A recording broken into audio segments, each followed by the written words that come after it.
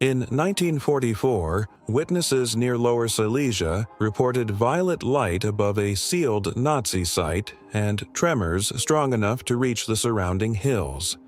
When the chamber was entered weeks later, the machinery was gone. Only scorched concrete remained. One surviving description referred to a bell-shaped device suspended by massive chains. Another substance called Zerum 525. No public record explains what was removed from that room. No surviving file explains why the traces were left behind. The Nazi bell. In 1944, the war was already turning against Germany. Cities were collapsing. Supply lines were failing. Entire fronts were beginning to fracture. Yet in Lower Silesia, inside a sealed complex tied to Project Riese, activity did not slow. It intensified. According to later reports, locals near the site noticed disturbances that did not match an ordinary military installation. There were tremors, short, violent, not tied to artillery. There were also flashes in the night sky, violet in color, brief, unexplained. Those reports were never treated as public evidence, but they remained attached to one name: Die Glocke, the Nazi bell. According to post-war descriptions, the device stood about 9 feet high and 5 feet wide. It was bell-shaped. It was suspended inside a chamber by massive chains. That detail mattered. It suggested that whatever happened inside the machine produced force, instability, or both. Inside the structure, 2 counter-rotating drums were reportedly mounted around a dense metallic substance known only as Zerum 525. No surviving public inventory clearly explains what that substance was. It was often compared to mercury, but not ordinary mercury. Several later accounts linked the bell to extreme electromagnetic effects during testing. Electrical systems reportedly failed. Nearby instruments stopped behaving normally. Some reports claimed that plants, animals, and exposed personnel were damaged in ways that did not resemble ordinary blast trauma. Those details remain disputed. They are also the reason the file endured. The project's alleged purpose made the case even harder to dismiss. Interrogation material later associated with SS officer Jacob Sporenberg suggested the bell was tied to anti-gravity research. Other references pushed further: field displacement, chronological distortion, time manipulation. At that point, the project no longer resembled a conventional wartime weapon. It began to resemble something far more difficult to classify.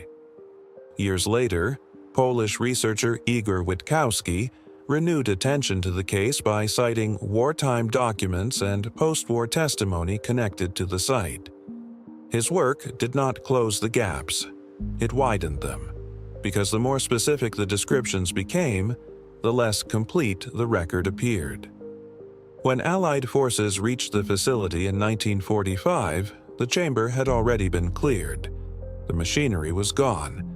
The assigned scientists were gone.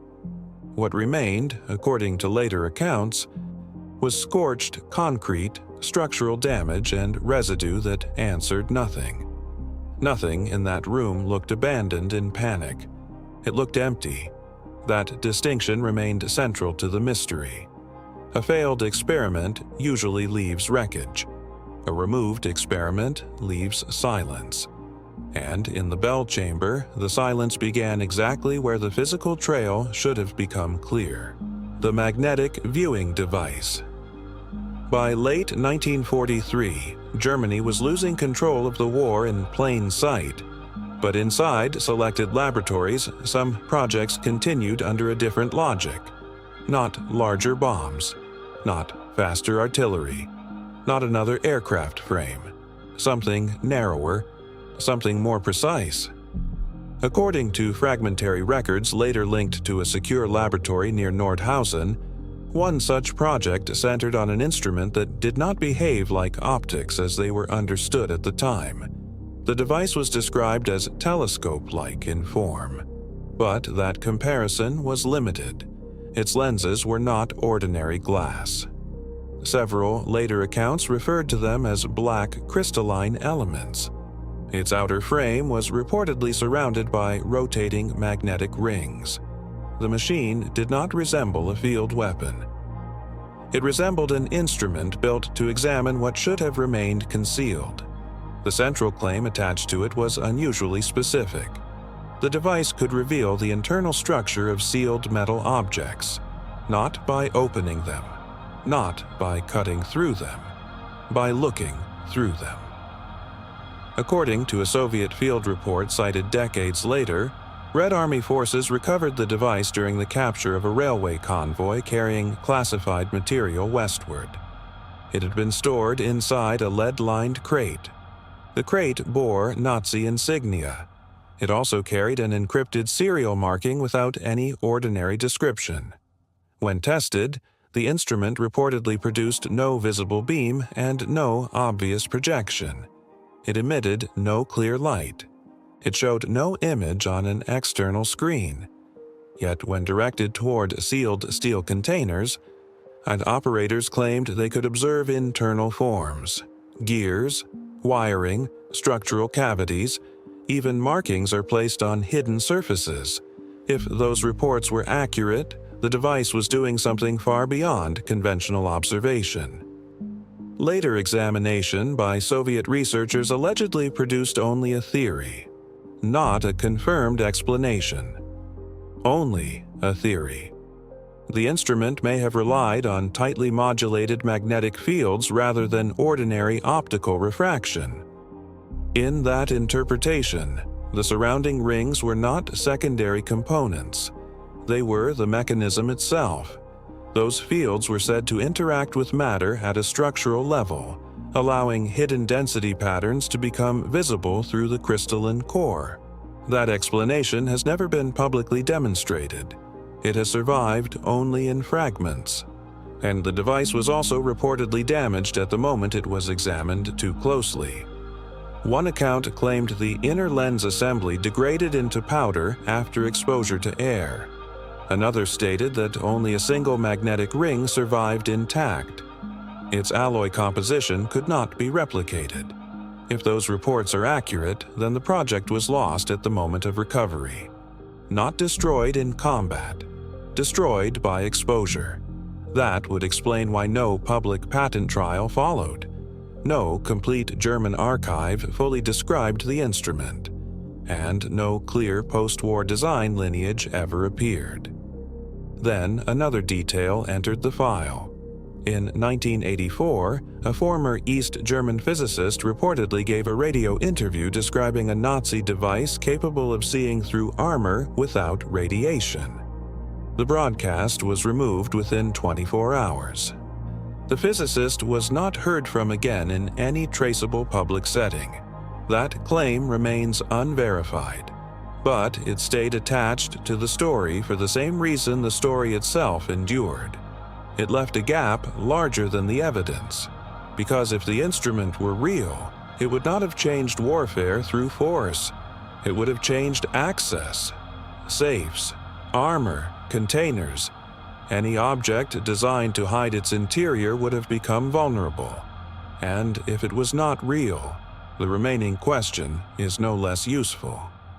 Why did so many later accounts converge on the same impossible function?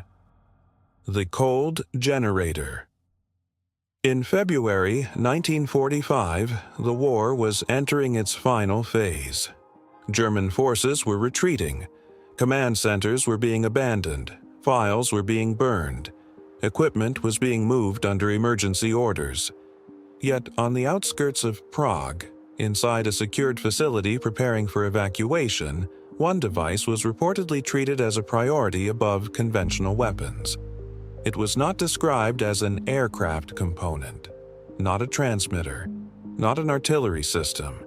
It was a sealed cylindrical machine kept inside a refrigerated vault. The label attached to it, according to later resistance files, was simple: Kaltierzeuger 27, the cold generator. What made the device unusual was not only its name, it was the logic attached to it. According to scattered descriptions, the machine was part of an experimental energy program designed to produce continuous power without combustion. No furnace, no exhaust, no visible fuel source. Witnesses did not describe the unit as warm under load. They described the opposite. The device reportedly remained cold to the touch even during operation. Its internal structure was said to contain a magnetic fluid held inside a pressurized chamber and surrounded by rotating rings. Those rings were believed to induce current through shifting electromagnetic fields. That much at least followed a recognizable pattern: rotation, field interaction, electrical output. Then the file became harder to reconcile. One Czech engineer, cited in later accounts, described the sensation of standing near the active machine as similar to passing a glacier in total darkness. Resistance sources who briefly entered the site before its destruction reported frost forming on nearby walls despite working heating systems. Temperature drops were said to spread outward from the device itself. The instruments malfunctioned. Batteries drained.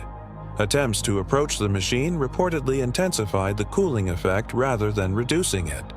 Within days, the facility was cleared. German personnel withdrew. The site was destroyed. No confirmed unit was recovered. No verified technical archive fully survived. Years later, a sealed packet of wartime German memos surfaced at an auction in Zurich.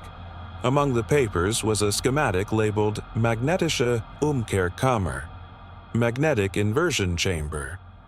The design reportedly matched the internal housing long associated with the cold generator story.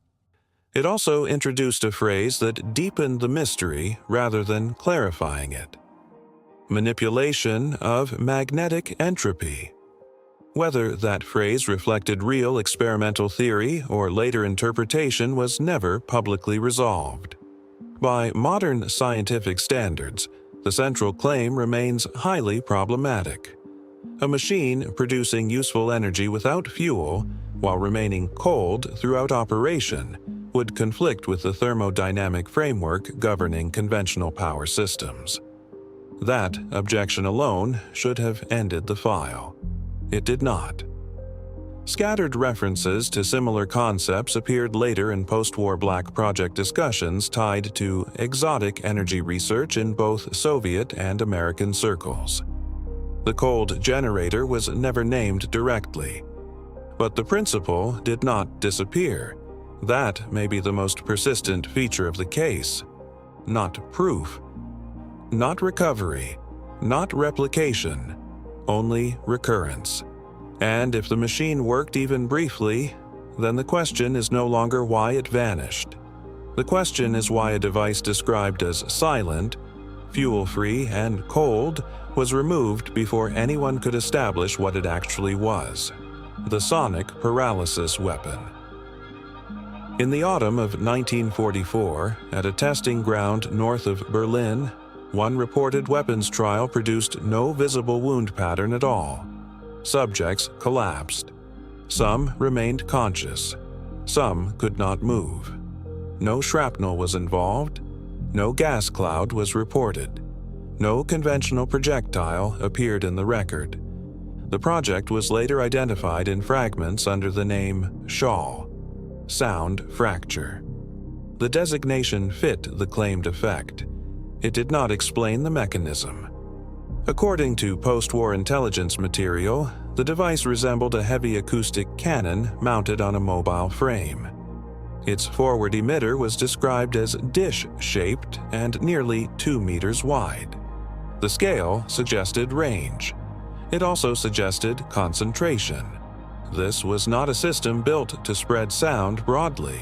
It was built to direct it. Unlike familiar wartime sonic equipment used for signaling or underwater detection, this weapon was said to operate in infrasonic frequencies, below ordinary hearing, Below, immediate recognition. The target might register pressure, disorientation, chest vibration, then loss of control. That was the theory later attached to the file. A low-frequency wave, sustained at the right range, could resonate through internal organs and disrupt normal neurological function without leaving the usual ballistic evidence behind. British intelligence summaries recovered after the war added further detail. According to those reports, brief bursts disabled test subjects at distances beyond 30 meters. Muscle response failed. Speech stopped.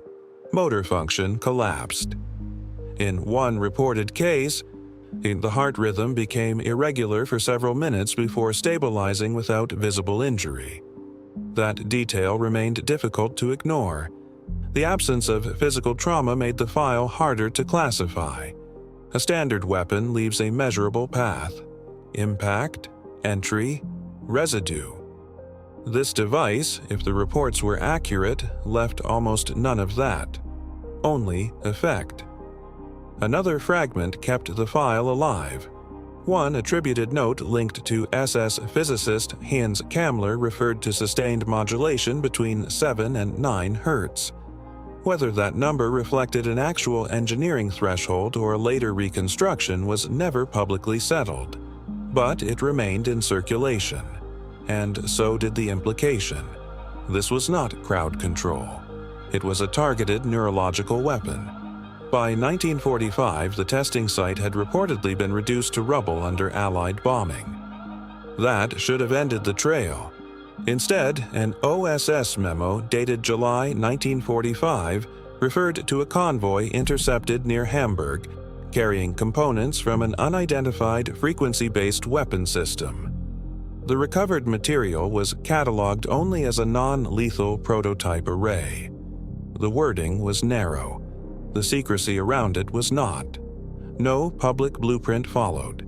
No official technical paper appeared. No acknowledged post-war system matched the reported effect. Modern sonic weapons do exist, but they do not align cleanly with this file. They do not reliably paralyze a human body without contact. They do not shut down movement while leaving almost no trace. That gap remains central. Either the wartime reports exaggerated a more limited effect, or the underlying principle reached a level later research never publicly admitted. Either way, the surviving record points to the same unresolved fact. At least one classified wartime project explored whether vibration alone could disable the human body: the shape-shifting aircraft. In December 1944, radar operators along the French border tracked an object that did not behave like a conventional aircraft. Its movement was erratic. Its outline did not remain stable. At one point, it was described as triangular. Moments later, the same object appeared narrower. Then it disappeared from radar entirely. Pilots sent to intercept reported something equally difficult to classify. They described a silent, reflective craft moving through heavy fog without the expected acoustic signature of a wartime engine. Its surface appeared to shimmer. The surrounding air appeared distorted. That detail became central to later versions of the file. Because the object was not remembered only for speed or evasion. It was remembered for changing form while still in flight. And post-war material later tied the sighting to a project identified as Silber Spiegel, Silver Mirror. The name appears in scattered references rather than in a complete public archive. But the design concept attached to it remained unusually specific. This was not described as a normal fixed-wing aircraft. It was described as a structure built around flexible metallic plates layered over a gel-like internal substrate. Later accounts referred to adaptive skin. The proposed function was not cosmetic, it was operational. The outer body was said to shift shape in response to speed, pressure, and flight trajectory. That would have given the aircraft two advantages at once: aerodynamic adjustment and detection control. According to the file, the surface did more than bend. Some descriptions claimed it also altered the way the craft reflected light, creating the impression of liquid metal when seen from below. If accurate, that would have complicated visual identification as much as radar tracking. The propulsion system attached to the story was equally unusual. Engineering notes later attributed to a Messerschmitt-linked team referred not to standard jet thrust, but to an internal magnetic turbine connected to field-stabilizing coils. The implication was immediate: lift without conventional combustion, motion without a visible exhaust trail, flight without the acoustic signature expected from existing aircraft of the period. That concept has never been publicly demonstrated in the form described, but it remained attached to the file because it matched the two most persistent witness details: silence and the instability of form. Then the project record narrowed further. One prototype was said to have completed 2 successful test flights. A third ended in disappearance. No wreckage was recovered. Witnesses from a nearby town later described a flash of bluish light followed by complete silence. The official explanation, where one appeared at all, referred only to system failure. That did not resolve the central problem. If the aircraft had simply crashed, debris should have remained. Instead, the record shifted from engineering to absence. When Allied personnel entered the underground hangar linked to the project near Augsburg, the facility was reportedly flooded and rigged for destruction. Only one fuselage section remained. Its outer material was said to have degraded into a gelatinous substance that resisted meaningful analysis. No public conclusion followed. The file then entered a familiar pattern: no complete prototype, no surviving demonstration, no acknowledged design lineage. Only fragments suggesting a wartime experiment that resembled technologies associated with a much later era. That leaves the same unresolved divide found in other wartime mystery files. Either an unconventional prototype was later expanded into a legend, or a design once considered impossible left behind just enough evidence to resist dismissal. The liquid armor. In the spring of 1945, as Allied forces pushed deeper into central Germany, one materials laboratory near Blankenburg was evacuated under unusual urgency. The site was not linked to rockets, not to aircraft production, not to artillery expansion. Its work centered on protection, but not protection in any familiar wartime form. According to later reports, engineers under SS supervision had been testing a material described as fluid at rest and solid under impact. The internal designation most often attached to the file was Stahlhaut, steel skin. The name reflected the contradiction at the center of the project. It was not rigid armor. It was described instead as a responsive surface, flexible in motion, resistant at the moment of contact. Witnesses later described black experimental uniforms with a dark gray reflective sheen. The garments were reportedly tested inside controlled impact chambers. Rubber rounds were fired, weighted objects were dropped. The surface appeared to ripple on contact, then harden, then return to flexibility seconds later. If described accurately, the effect was unlike standard protective gear of the period. One field report, attributed to SS testing staff, claimed the suit deflected small-caliber rounds at close range without lethal injury to the wearer. That assertion remains unverified, but it stayed in the file because it matched the material logic described elsewhere. Not permanent rigidity. A temporary structural shift at the instant of impact. Later, chemical fragments suggest the substance may have involved magnetic particles suspended in a shear thickening medium. That would allow flexibility under low stress and sudden resistance under impact. Whether the wartime version ever achieved stable battlefield performance is another matter. When Allied personnel reached the site, almost nothing usable remained. Storage vats were empty. Records were incomplete. One surviving object was described as an armored glove fused to a laboratory wall. That detail was never fully explained.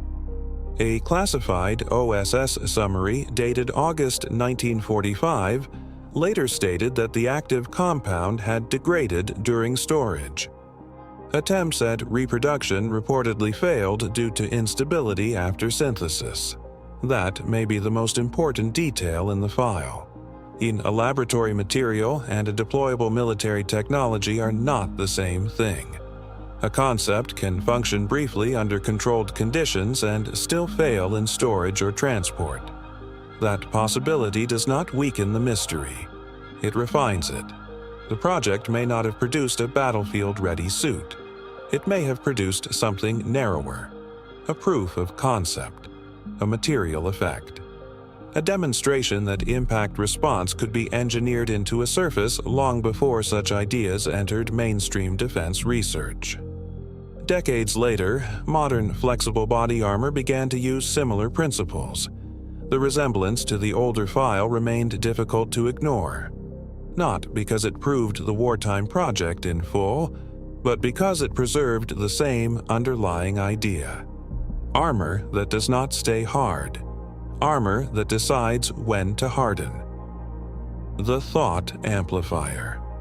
In March 1945, inside a remote research annex hidden in the Austrian Alps, one final neurological experiment was reportedly pushed into its last phase. The war was nearly over. Infrastructure was failing. Evacuation orders were spreading. Yet this project did not appear to be shutting down. It appeared to be escalating. Later fragments associated the program with the name Gedankenträger, Thought Carrier. The title alone suggested something beyond observation. Not a device intended to record the mind. A device intended to extend it. At the center of the file was a helmet-like apparatus built from silver filaments, copper rings, and quartz elements arranged around an insulated shell. Later notes claimed the internal layout mirrored neural pathways. Whether that detail was technical or symbolic was never made clear. According to engineering fragments attributed to the project, the apparatus was designed to receive, amplify, and transmit neural impulses through oscillating magnetic fields. That description was never supported by a complete public blueprint, but it remained attached to the file because of what later witness reports claimed happened during testing. Brainwave activity reportedly spiked. Magnetic equipment in the room became unstable. Compasses shifted. One account described a test subject entering an intense emotional state while a compass needle across the room spun continuously for several minutes. These details remain among the least verifiable in the record. They are also among the most repeated. Subjects allegedly experienced hallucinations, disrupted heart rhythms, and temporary speech impairment. The file did not identify the mechanism. It only preserved the claim. No surviving material states directly that the project achieved mind reading. That language entered later retellings. The original fragments were narrower. They suggested an interaction between consciousness and machinery that bypassed normal speech and action. Then the project appears to have ended abruptly. During a high-intensity transmission phase, one test subject reportedly suffered a massive cerebral hemorrhage and died. Within 24 hours, the facility was evacuated. The apparatus was sealed in steel crates. The formal record disappeared. The crates were never publicly recovered. That sequence followed a familiar pattern: escalation, catastrophic event, immediate removal, then silence. Years later, another fragment re-entered the file. In 1967, an East German technical journal reportedly published a photograph of a helmet-like device resembling the Gedankenträger apparatus. It was labeled as an early electroshock treatment instrument. The image was later removed from subsequent printings. That detail remains unverified. Modern brain-computer interfaces do exist, but they do not support the stronger claims attached to this file. If the apparatus failed completely, why did the file preserve such specific construction details? And if it succeeded even partially, why was the final response removal? The Radar Cloak Skin. In the final months of the war, German airspace was no longer secure. Allied bombers crossed industrial corridors with growing frequency. Radar had become central to interception, tracking, and warning. That made one reported incident near the Baltic coast especially difficult to dismiss. According to a declassified British radar report dated April 1945, an unidentified aircraft launched from an experimental airfield near Peenemünde and vanished from detection almost immediately after takeoff. Ground observers still saw it. Radar did not. That contradiction became the core of the file. The object was not described as invisible in the ordinary sense. It was described as present to the eye and absent to the screen. At first, the incident was treated as an equipment failure. That explanation did not hold for long. At multiple stations reportedly recorded the same loss of return. The gap was brief, localized, and tied to a single aircraft. Later, Luftwaffe-linked material associated the event with a project referred to as Nebelhaut, fog skin. The designation did not describe a weapon. It described a surface. That distinction mattered. The project was not centered on speed or firepower. It was centered on concealment. More specifically, concealment from electromagnetic detection. According to later engineering descriptions, the aircraft had been coated with a carbon-infused polymer blended with fine iron particles arranged across the outer skin. The purpose was not simply to reduce reflection. It was to absorb and scatter incoming radar energy before a clean return signal could form. In principle, that idea no longer sounds impossible, but in 1945, it would have represented a major departure from standard aircraft design. The material was reportedly embedded directly into the aircraft's skin rather than applied as a crude external layer. That suggested planning at the structural level, not improvisation. One recovered technical sheet, later linked to the file, added another claim. The coating could allegedly be electrically charged to alter its response in real time. If accurate, that would mean the aircraft was not relying on one passive stealth layer. It was adjusting humidity, temperature, frequency variation, detection conditions. That is where the file becomes harder to classify. Part of it resembles early stealth theory. Another part resembles a concept more advanced than any fully acknowledged wartime program. The project reportedly reached operational testing only once before the site was threatened by advancing Soviet forces. Then the pattern shifted in a familiar direction. Evacuation orders followed. Engineers disappeared. Facilities were burned. By the time Allied personnel arrived, there was no intact aircraft available for public examination. No surviving demonstration followed. No public archive closed the case. What remained were fragments, a radar event, a project name, a material description too specific to ignore and too incomplete to verify. That is why the Nebelhaut file endured, not because it proves full wartime stealth, but because it suggests one line of research was moving toward radar invisibility earlier than the public record usually allows. The DNA-targeted bomb. In the winter of 1945, as the collapse of the Reich became unavoidable, a courier transport leaving a biomedical research center near Posen was reportedly intercepted by resistance fighters. The seizure did not produce artillery plans. It did not reveal aircraft schematics. What emerged instead was a leather-bound notebook marked with a different kind of objective. Project Blutzeiger, Blood Pointer. The name was clinical. The concept attached to it was not. According to later descriptions of the recovered material, the project did not aim to destroy infrastructure. It did not focus on blast radius, fragmentation, or conventional delivery systems. Its purpose was narrower and far more selective.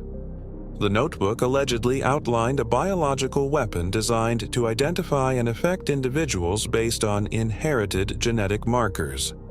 Not nationality in the legal sense, not uniform, not language, code written inside the body itself.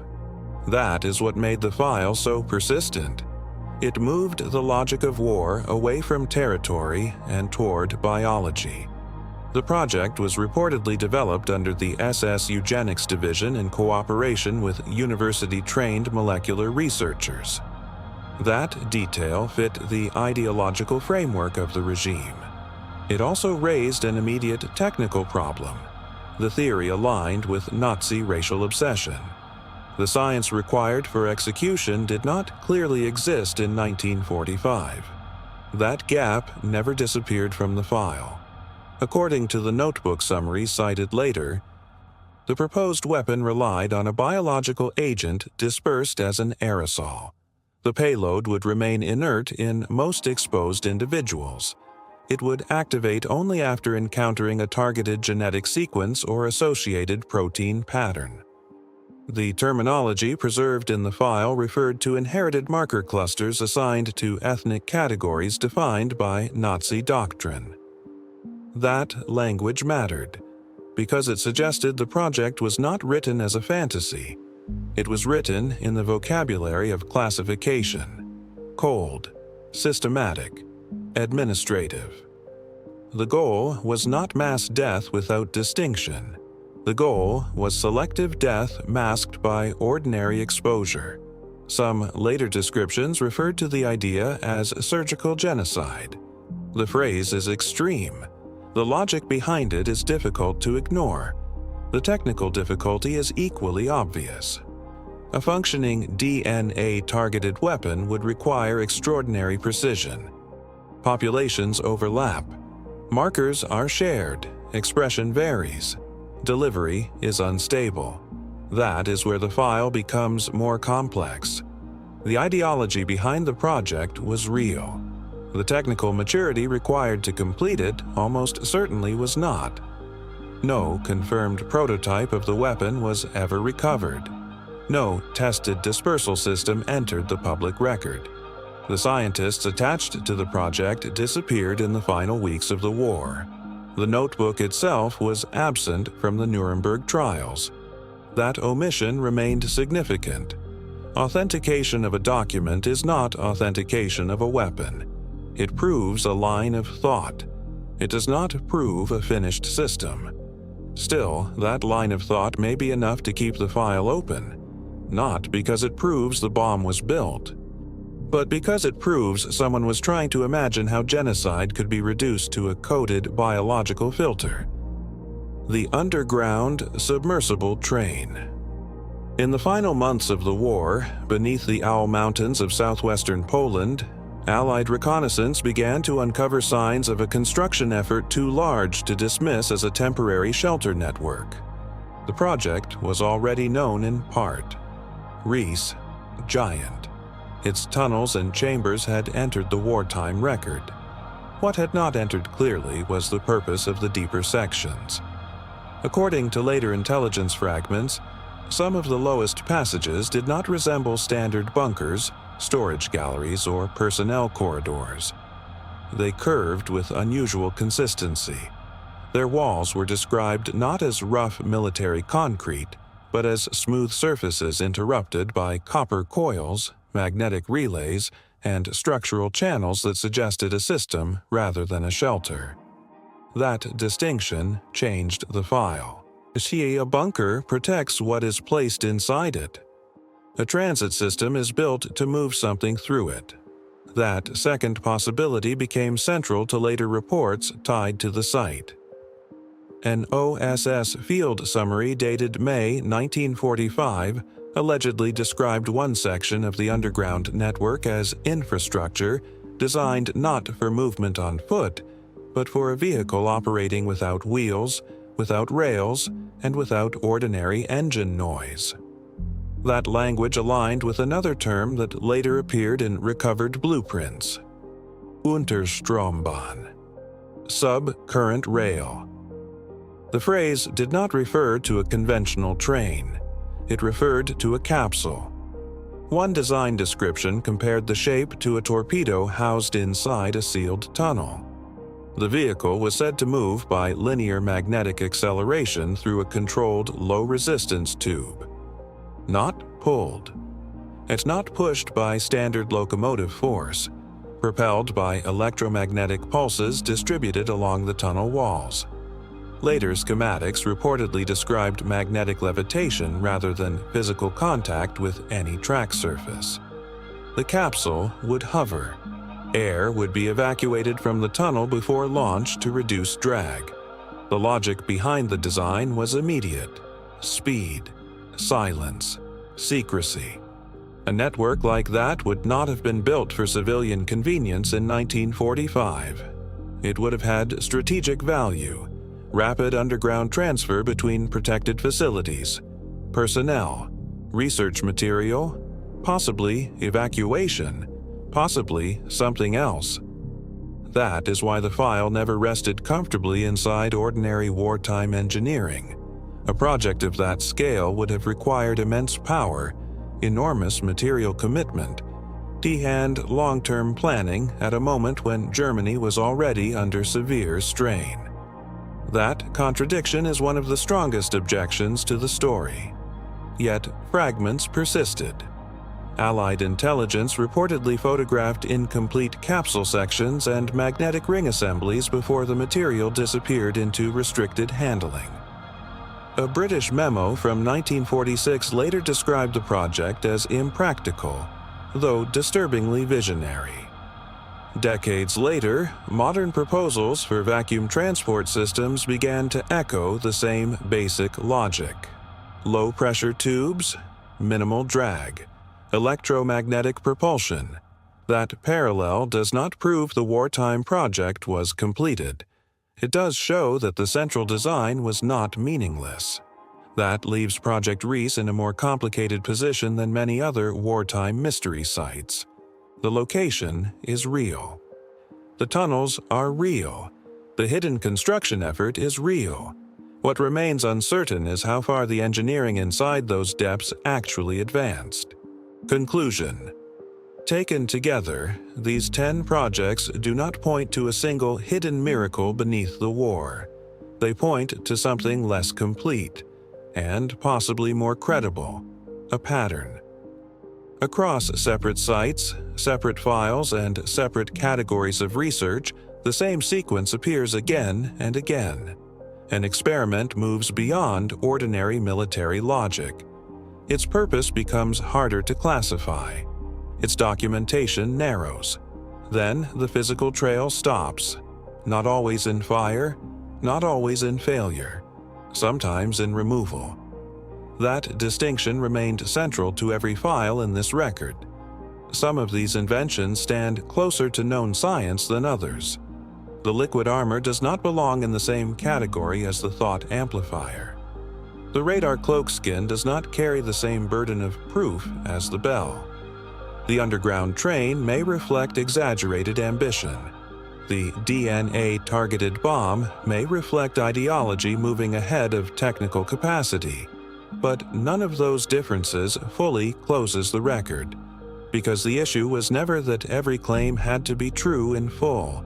Only that many of these projects left behind the same kind of residue: a technical phrase, a missing component, a cleared chamber, a site reached too late, a design described too specifically to vanish cleanly.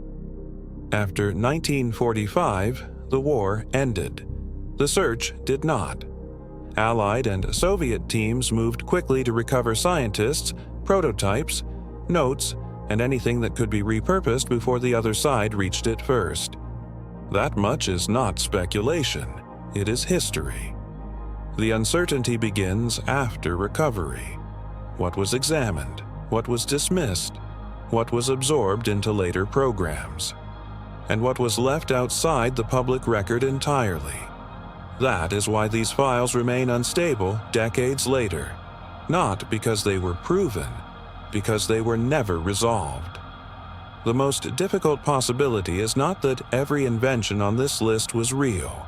It is that some were real enough to leave evidence without leaving closure, real enough to survive in fragments, real enough that silence became part of the file.